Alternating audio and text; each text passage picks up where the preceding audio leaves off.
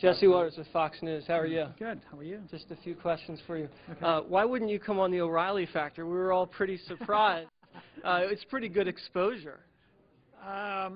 You know, I never remember getting a precise invitation other than the only thing I heard was he was sort of ranting on the TV.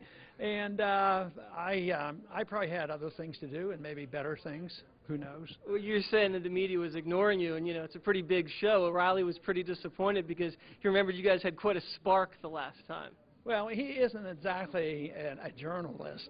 If he had been more journalistic, I might have considered it, but he doesn't come across as being journalistic. Well, I'll be the journalist. Bill sent me. I know I'm a little shorter than he is, so this is the no spin zone. Just have a few questions for you. Okay.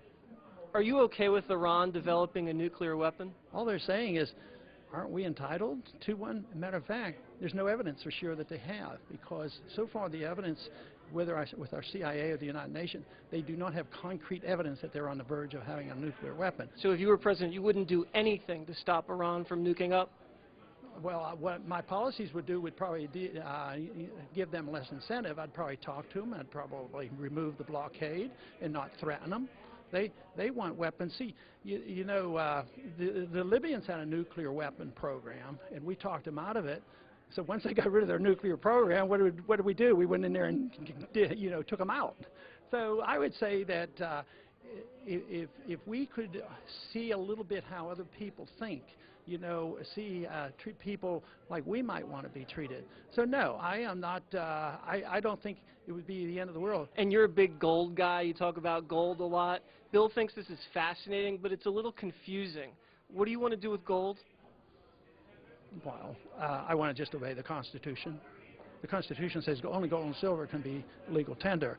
And Bill has a little problem with economic understanding. Have you noticed that? He doesn't pronounce, the words quite correctly. And he admits it, that he doesn't know much about it. Well, enlighten us. What is your idea of what we should do with gold? Is it all in Fort Knox, or should we start digging it up?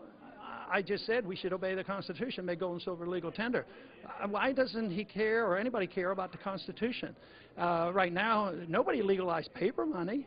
Where did it come from? They just ignore it. They talk about the Constitution when it pleases them, but when it doesn't please them, like going to war without a declaration. Go bomb Iran.